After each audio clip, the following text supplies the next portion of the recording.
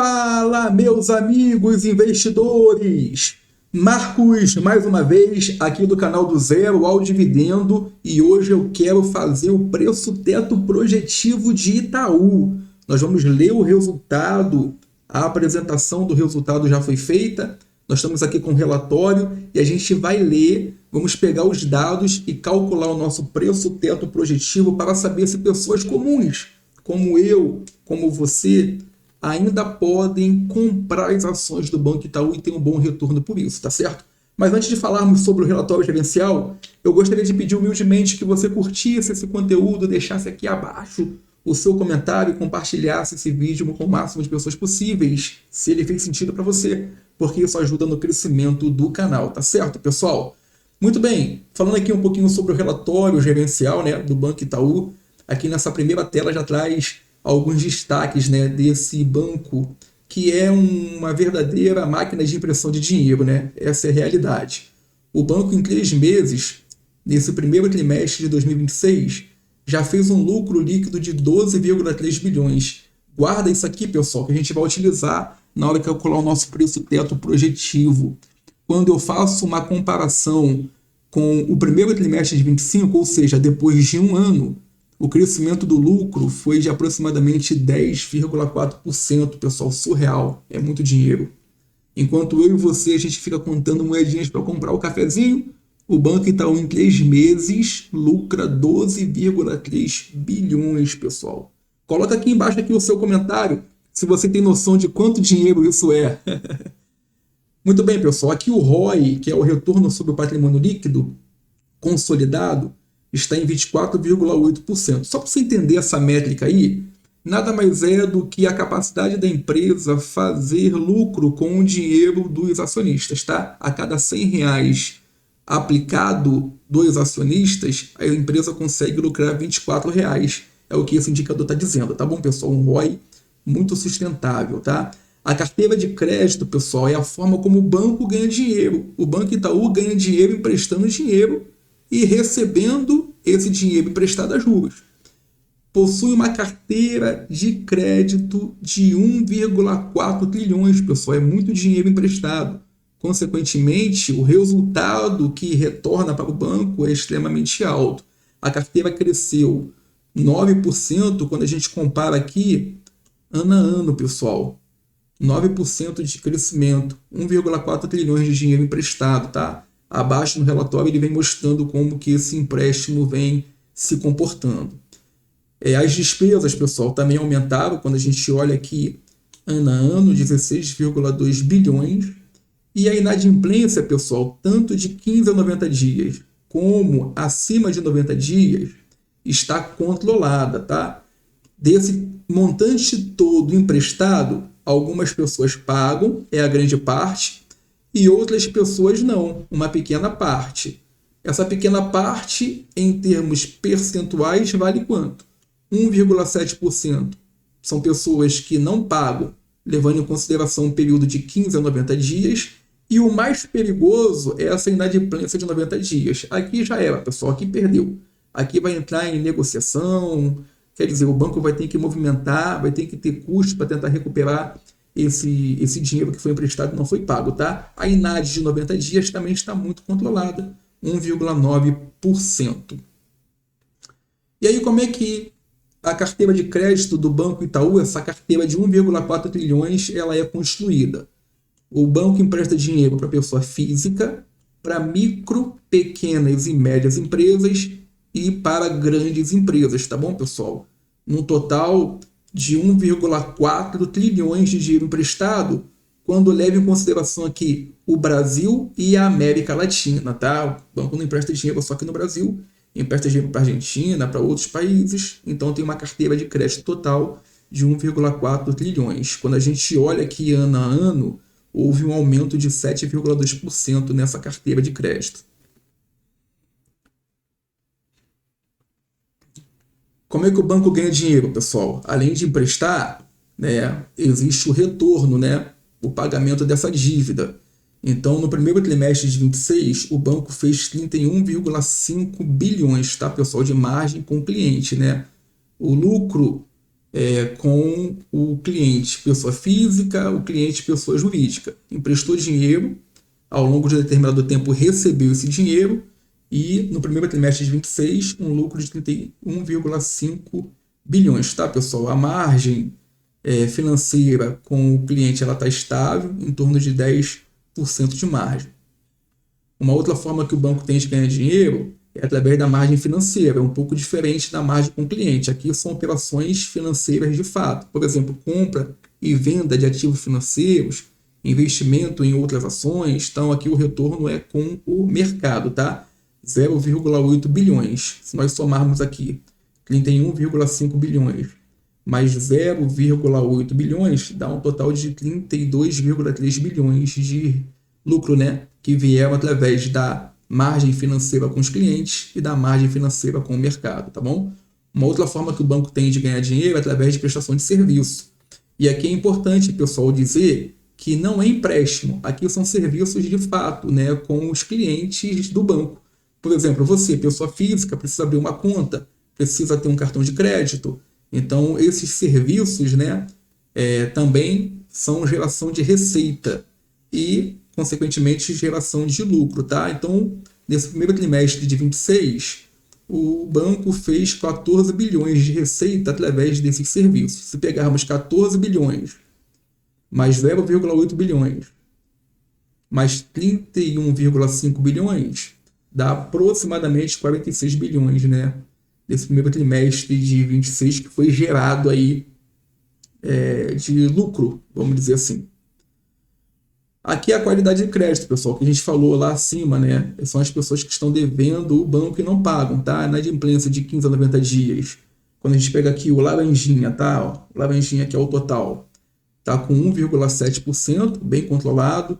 Quando a gente pega a inadimplência de 90 dias, está 1,9%, também bem controlado, tá, pessoal? Ele faz uma divisão aqui, Brasil e também na América, né? Mas aqui no consolidado total, 1,7 é a inadimplência de 15 a 90 e 1,9 a inadimplência acima de 90 dias, muito bem controlado. Essa página aqui, eu achei interessante essa parte aqui de baixo, ó, que fala da qualidade do crédito. Ele compara, né, o Banco Itaú com os seus concorrentes, né, e com o mercado.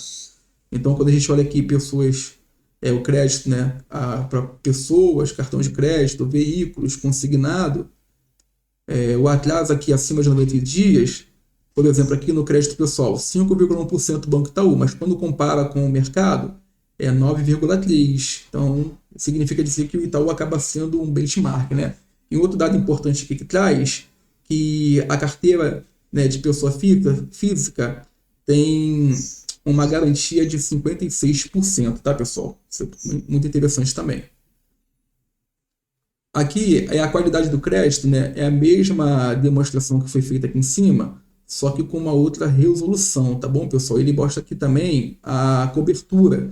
Então, a carteira estágio 2, carteira estágio 3, significa dizer o quão é arriscado a pessoa que pegou dinheiro, tá? Nesse estágio 2, aqui no total, tá com uma qualidade de crédito de 4,2%, controlada, abaixo de 5%.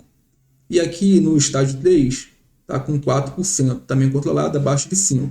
E aqui é o índice de cobertura, tá? Para essa inadimplência aqui da carteira no estágio 2, tem um índice de cobertura de 22%.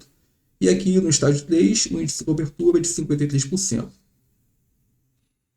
Aqui, pessoal, mostra o custo, né, que o banco tem para poder recuperar o dinheiro que foi emprestado e não pago, tá? Então teve um custo de crédito de 10 bilhões, tá bom, pessoal? E aqui está mostrando a questão da carteira renegociada e a carteira reestruturada, né?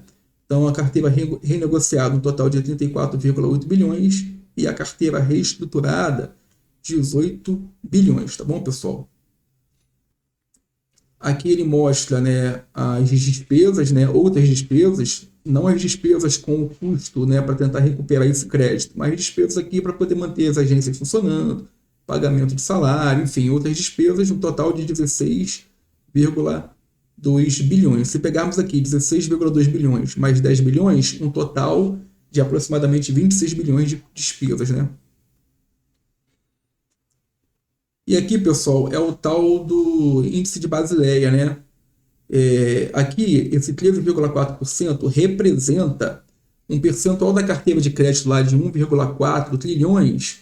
13,4% precisa estar guardado, né, alocado em ativos, né, seguros e que tenha alta liquidez para garantir, né, uma garantia, como se fosse um colchão. Quanto maior é esse índice de Basileia, mais dinheiro o banco está guardando, deixando de emprestar esse dinheiro para obter mais lucro. Então, o índice de Basileia muito alto é muito ruim. Índice de Basileia muito baixo também é muito ruim. Então, o índice de Basileia entre 10% e 15%, na minha visão, é o índice de Basileia ideal. O Itaú está com 13,4%, ou seja, existe, né, um dinheiro que está guardado e é um dinheiro que ele é utilizado para poder ser, né, quitar, né, as dívidas, né, que não forem pagas, tá bom, pessoal? Então entenda o índice de Basileia como se fosse um colchão. Muito alto significa dizer dinheiro parado. Muito baixo não tem dinheiro suficiente para poder quitar os problemas financeiros que tem. Então, na minha visão, depois você pode até deixar aqui a sua visão sobre o índice de Basileia, entre 10% e 15% é um valor ótimo, tá bom, pessoal? Muito bem, pessoal, vamos lá agora ao nosso cálculo do preço teto projetivo. Eu vou colocar aqui YouTube 4. A planilha já vai trazer para a gente aqui o preço atual, R$ 41,26. Vamos ver se é isso mesmo? R$ 41,24 aqui no Investidor 10, tá bom, pessoal?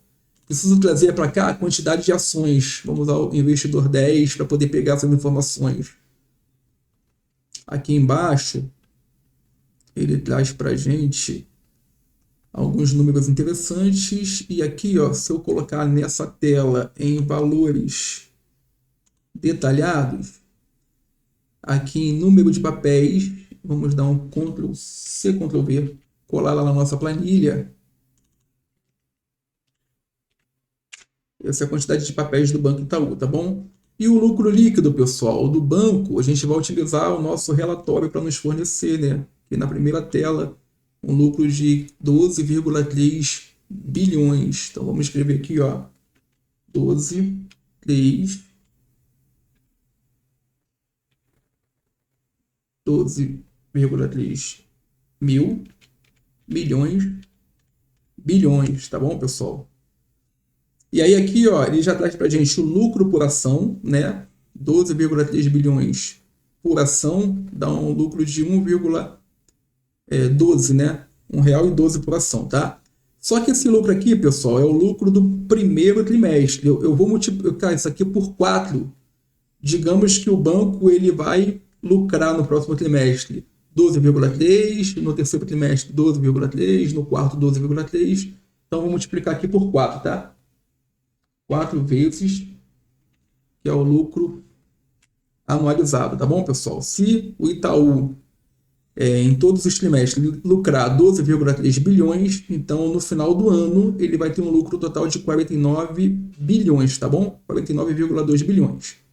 E aí já dá um lucro por ação de R$ 4,46 ao preço atual de R$ 41,26, tá bom, pessoal? E aqui agora tem que trazer, né, o crescimento esperado desse lucro. Se eu colocar aqui um crescimento de aproximadamente 5%, eu espero que esse lucro vai crescer 5% ao ano, tá bom? E o custo de oportunidade, pessoal, é a taxa de juros ou IPCA+, né?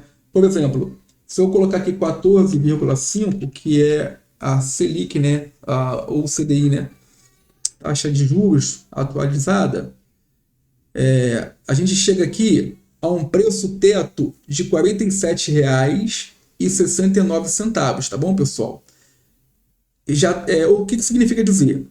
Até R$ 47,69 eu posso comprar Itaú, tá bom? Por conta, né, do lucro líquido, tá bom?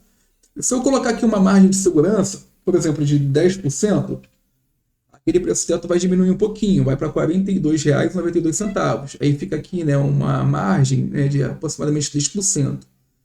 Eu vou deixar assim com esses dados aqui, tá? Um crescimento muito conservador, uma taxa de juros elevada, até porque no final do ano essa taxa tende a cair para 12,5. Se colocarmos aqui 12,5, significa dizer que o preço teto fica R$ 52,20, tá? Por isso que eu vou trabalhar aqui com 14,5, que é a taxa atual. E uma margem aqui de segurança de 10%. Esse seria o meu preço teto. Até R$ 42,92 eu posso estar comprando Itaú e tá, né, obtendo lucro por isso, tá certo, pessoal? Coloca aqui embaixo qual é o seu preço teto. Coloca aqui embaixo se você tem Itaú na sua carteira. Coloca aqui embaixo o que você achou do lucro líquido dessa máquina de fazer dinheiro nesse primeiro trimestre de 2026, tá certo? Esse foi o vídeo, espero que vocês tenham gostado e até o próximo vídeo.